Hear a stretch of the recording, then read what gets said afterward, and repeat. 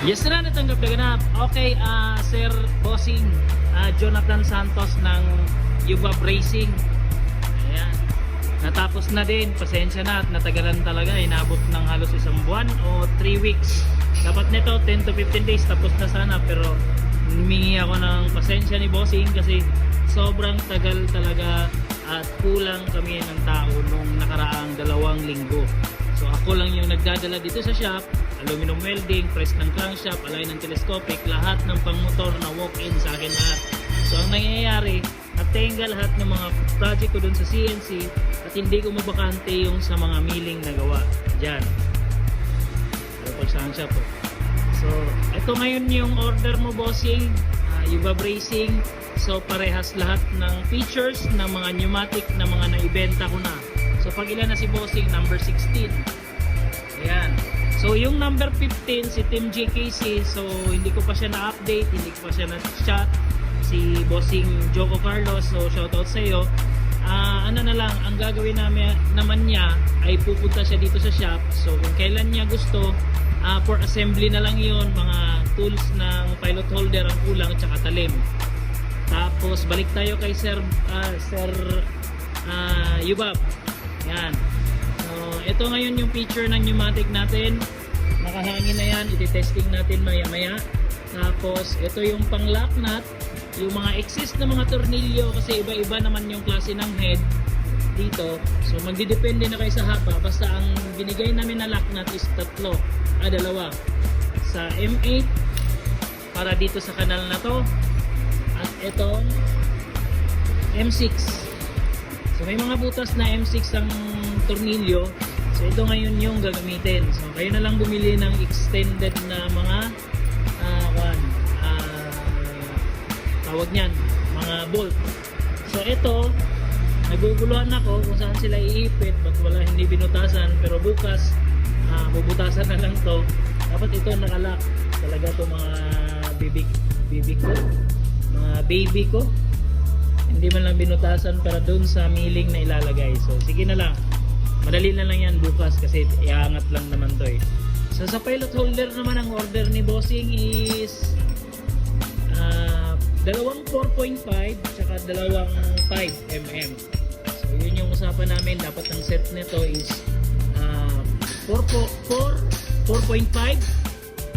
I mean 4.5, 5, 5.5 tsaka 6. So ginawa niya 4.5 tsaka 5. So pwede naman yun. Tapos nag-additional din si Bossing ng talim. Yun ang pinaproblema ko ngayon kasi paubos na yung mga end mill ko na 6mm tsaka 5mm para dito sa pilot holder. Yun yung mga end mill cutter na ginagawa ko. Nasa ko lang din yun.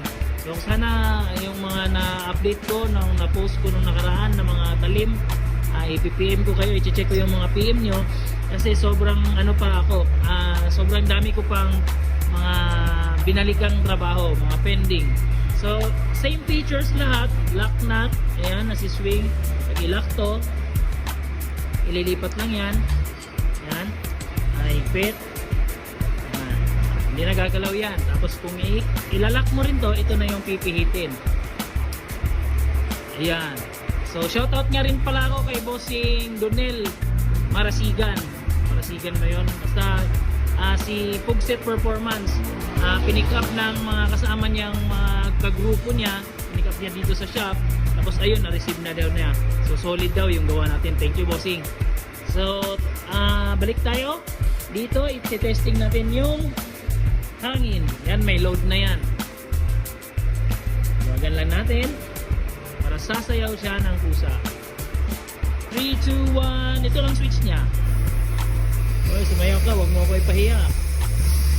Ayun. So ganun siya kalambot, di ba? So yung iba nito, yung flatness ng mga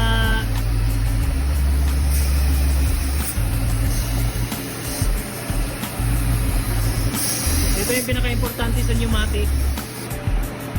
Patayin ko lang.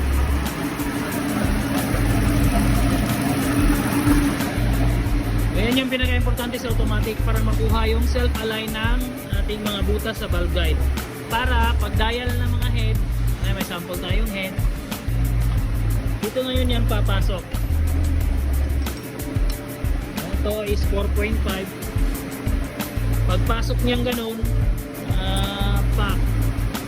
Hindi siya magpupersa kasi ito sasabay lang siya. Gagalaw siyang ganun hanggang sa makuha niya yung sentro ng pin ay ng pilot holder. Tayo na balang dumiskarte. So yung talim na ibebenta natin, ganun pa rin yung center, tsaka naka-degree ng 15, tsaka yung flat para pang bore or pang palaki, pang big valve nyo, pwedeng pwede yun. So yun lang. Thank you nga pala. Pasensya na talaga sa mga na-pending ko. At babalikan ko kayong lahat. Hindi ko kayo iwan. Pagpasensya din na lang.